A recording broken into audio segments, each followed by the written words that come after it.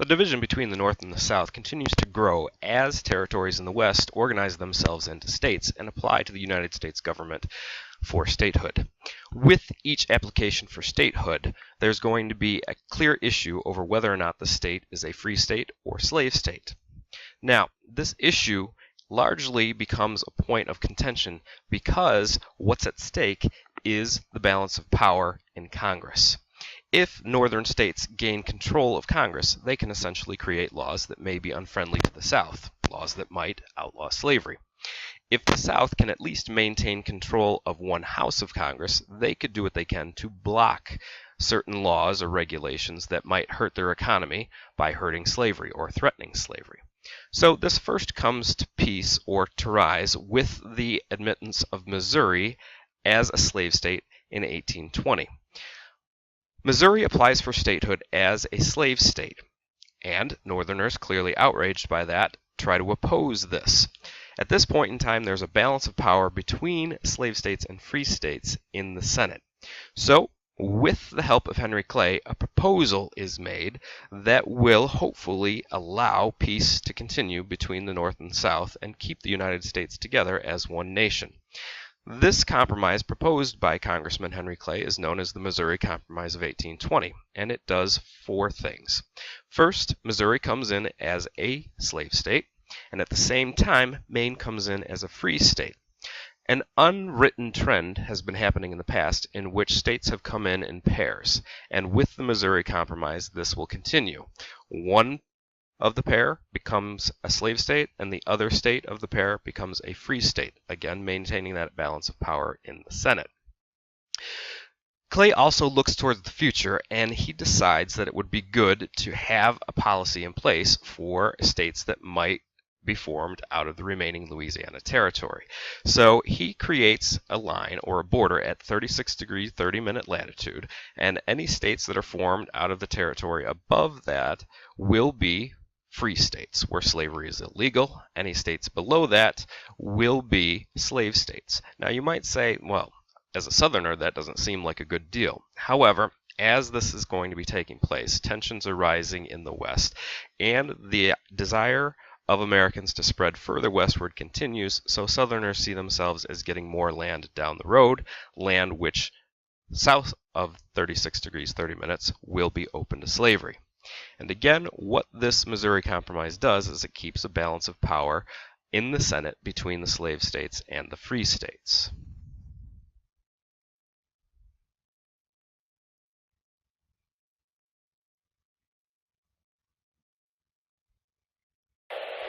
As America's new boundary lines were being drawn during the presidency of James Monroe, the nation's population reached 10 million. During this period of explosive growth, new states were being added almost every year, and the issue of slavery increasingly divided the nation. Mississippi was added to the Union in 1817 as a slave state, meaning a state in which slavery was legal. The next year, Illinois was added as a free state, meaning a state in which slavery was banned. And in 1819, Alabama was added as a slave state. At that point, the number of free and slave states was equal. However, the application by Missouri for statehood as a slave state threatened to upset this balance unless the U.S. Congress took decisive action. The leaders of the northern free states claimed Congress had the right to prohibit slavery in Missouri as well as any other new states created west of the Mississippi River. But the leaders of the southern slave states strongly resisted this notion.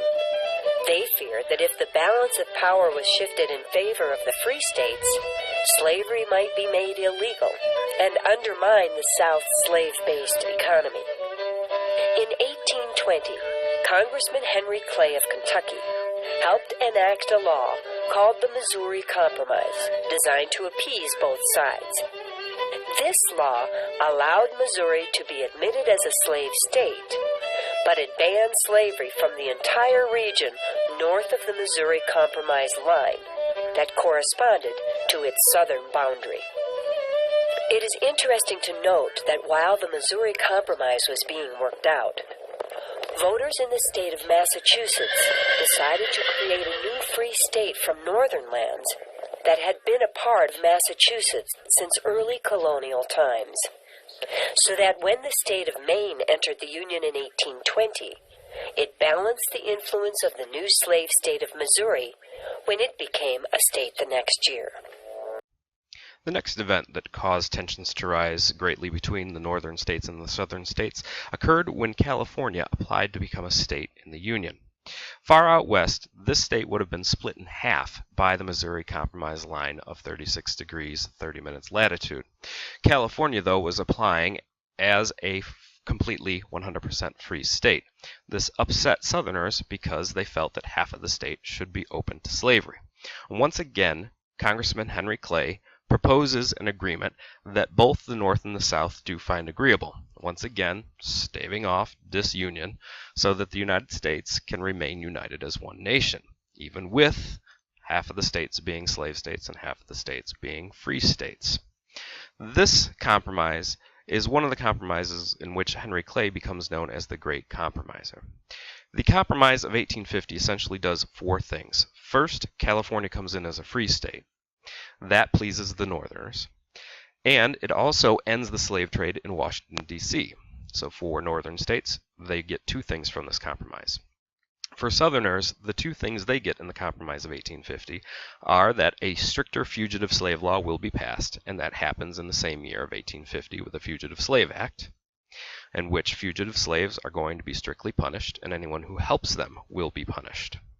And you'll see that the Fugitive Slave Act is a law that actually benefits individuals who are responsible for enforcing it by returning more accused fugitives back into slavery. So a lot of free blacks were forced into slavery because of this Fugitive Slave Act.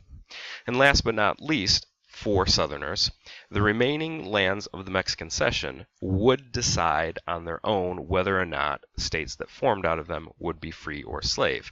Popular sovereignty means the right of a population to vote on whether or not, in this case, they want to be a free state or a slave state. After Zachary Taylor died in July of 1850, it became the responsibility of the new president, Millard Fillmore, to make sure the issue of slavery on the newly acquired lands of the Southwest did not tear the nation apart. This task was actually accomplished thanks mostly to the efforts of Congressman Henry Clay of Kentucky. He helped put together 5 laws that, when taken together, are known as the Compromise of 1850. These laws were designed to appeal to both sides of the slavery issue, those who wanted to stop its spread into the new American territories, and those who wanted slavery to grow. The people who were against slavery were pleased with the part of the compromise that allowed California to enter the Union as a free state, and also with the law that banned the slave trade in Washington, D.C. And the people who were for slavery liked the part of the compromise that allowed people living in the new U.S. territories of Utah and New Mexico to decide for themselves if they wanted slavery. And the pro-slavery people were very happy with the fugitive slave law part of the compromise, because it forced people in the free states to return escaped slaves to their owners in the South. After he signed the laws of the Compromise of 1850, Millard Fillmore served for a little less than 2 more years as president, and he was not selected to be the Whig candidate in the election of 1852, which saw Franklin Pierce, a Democrat, elected as America's 14th president. One of the final actions taken by the national government, at least by Congress and the executive branch, will be the Kansas-Nebraska Act of 1854. Now, the Kansas-Nebraska Act wasn't directly created because states were ready to enter the United States from Western territories. In this case, we have a senator from the state of Illinois proposing a plan on how to settle the Western territories, because what he wants is the first national transcontinental railroad of the United States to run through his home state and its city of Chicago, that being Chicago, Illinois. So what Stephen Douglas proposes becomes known as the Kansas-Nebraska Act. And at the surface, it seems like a logical compromise, one that both the North and the South can agree to, but in the end, it leads to a great deal of violence. The Kansas-Nebraska Act, which was proposed by Stephen Douglas, essentially created two territories out of the remaining Louisiana territory. The northernmost would be Nebraska, and the southern portion would be Kansas. And in both territories, any states that are formed out of those territories, each would use popular sovereignty in order to determine whether or not the state was free or slave. So once again, populations of that area would vote on whether or not they wanted to allow slavery or ban slavery in their states. Now, one thing that this does, which leads to some of the problems that it results in, is it gets rid of the Missouri Compromise line of 36 degrees 30 minutes. Southerners are extremely happy about this. Northerners, not so much. And immediately following the passage of the Kansas-Nebraska Act, you have a flood of northern settlers and southern settlers to the territory of Kansas. And the reason they flooded Kansas first is because that was the closest territory to the south. So Southerners pretty much just had to jump over the border from Missouri and other southern areas. So in that, when these two populations meet and clash, they get into greatly violent scuffles and conflicts, to the point where Kansas becomes split with two different governments, a pro-slavery government and an anti-slavery government, and the ensuing violence that breaks out and continues for years causes the territory to be nicknamed Bleeding Kansas. Emotions on both sides of the slavery issue once again rose in 1854, when a bill called the Kansas-Nebraska Act passed Congress. This bill repealed the Missouri Compromise and allowed residents of Kansas and Nebraska to decide for themselves whether or not slavery would be allowed in their states. The result of this unfortunate law was that settlers who strongly favored slavery and settlers who hated slavery both immigrated to Kansas. When these groups came into contact with each other, much fighting and killing resulted. Kansas was often referred to as Bleeding Kansas.